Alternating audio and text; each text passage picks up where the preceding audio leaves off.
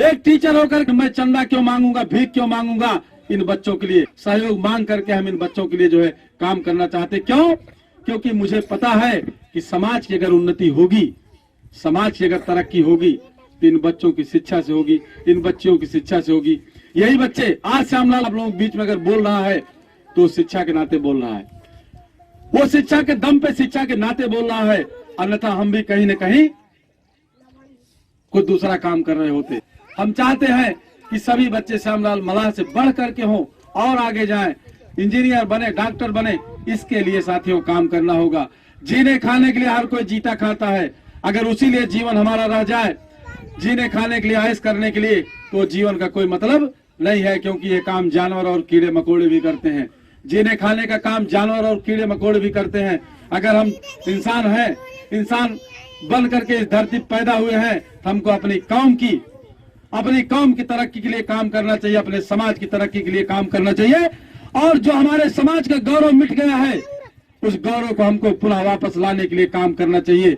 और गौरव आपका तभी वापस आ सकता है, आपका गौरव, आपकी आजा पुरखों की विरासत, उनका गौरव, उनका सम्मान उस तरह का आपका तभी वापस आ सकता है जब आपके बच्चे पढ़ाई लिखाई का काम करेंगे, शिक्षा के क्षेत्र में आगे जाएंगे। क्योंकि एक कलम का युग है, एक कलयुग है, कलयुग एक कलम का युग है। जिनके हाथ में कलम है वही सबसे ताकतवर है आज की डेट में। कलम की ताकत है और इस कलम की ताकत से अपने बच्चों को बताना होगा, समझाना होगा। मेरे भाइयों बहनों, यही चीज मैं आप लोगों के बीच में बताने आया हूँ। हम यही चाहते भी हैं कि गांव गांव शिक्षा की अलग जगह जाए, गांव गांव शिक्षा का प्रसार। जब एक माहौल तैयार हो जाएगा, देखी देखा, भाई हम लोग जो काम करते हैं देखी देखा ही करते हैं। कहीं एक जगह भात होता था तो होता था हम भी गए जगन्नाथ जाएंगे, भात करेंगे, यही तो होता था। अगर एक लोग कोई अखंड रामायण करवाते थे तो भाई हम भी अखंड रामायण करवाएंगे। हम कह रहे हैं इस तरह से देखी देखा। आज जैसे यहाँ कोचिंग के लिए इकट्ठा हुए, आप लोग कोचिंग के लिए सहयोग कर रहे हैं, ऐसे यहाँ की देखी देखा, आज यहाँ कल वहाँ, कल यहाँ, इस तरह से गांव गांव एक मुहिम चलेगी। और ये मुहिम चल चुकी है, बस इसको आप लोग संभाल लीजिए। जिस दिन हम लोग इस पे काम करना शुरू कर देंगे, गांव गांव काम शुरू हो जाएगा। हमारे बच्चे जो आज सबसे खराब स्थिति में, तो शासन प्रशासन में आप कहीं जाते हो, लेखपाल अगर कोई भी काम आप कहो, लेखपाल कानूनगो से 2-2, 4-4 बार, 10-10 बार आपको दौड़ाता है, आपकी नहीं सुनता है। इसलिए नहीं सुनता है कि आपकी वैल्यू कोई नहीं है। उसको पता है कि पढ़े लिखे लोग नहीं है, इनको नियम कानून नहीं पता है, इनको संविधान नहीं पता है, इसलिए जो है आपकी वैल्यू वो नहीं करते हैं। लेकिन आप जिस दिन ये स्थिति बन जाएगी, वो पढ़ने लिखने की स्थिति बन जाएगी, हमारे लोगों के बीच से पढ़े लिखे हो जाएंगे, कानून और संविधान के जानकार हो जाएंगे, उस दिन से आपको जो है आपका सम्मान बढ़ जाएगा, सम्मान बढ़ने लगेगा। हमारे लोग अज्ञानता में वोट का महत्व नहीं जानते, हमारे लोग अज्ञानता में वोट का महत्व ही नहीं जानते। वोट राजा बनाने के लिए दिया गया है, बाबा साहब ने वोट शासक बनाने के लिए दिया है आपको कि राजा पैदा करो, अपना राजा बनाओ, राजा।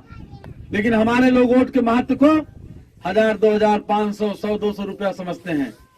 आप सोचिए, विचार करिए, जिसका पावर दिया गया आपको राजा बनाने के लिए, वोट को अमूल्य चीज होती है, वोट का कोई मूल्य नहीं होता, अमूल्य है।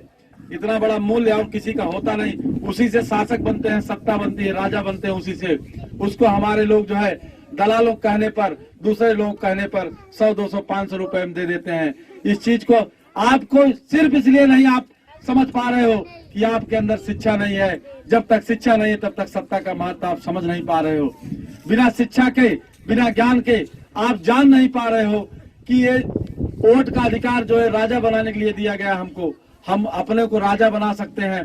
लेकिन हम लोग बड़ी बेशर्मी से, हमारे नेता लोग आज कहते हैं कि अपने को लड़े लायक ना ने, यही नाते इनके फलाने के समर्थन किन जाता। हम कह रहे हैं कि हमारे आजा पुरखा, हमारे दादा बाबा ने दुनिया को सभ्यता दिया और आज हम ये हालत हो गई कि हम लड़ने लायक नहीं है। और लड़ने लायक अगर नहीं है, लड़ने लायक बनाएगा कौन फिर? कहां से सीख के आएंगे हम पर लड़ने लायक? कैसे बनेंगे लड़ने लायक? हमको लड़ने लायक बनना होगा, हमको लड़ने लायक बनने के लिए काम करना होगा साथियों।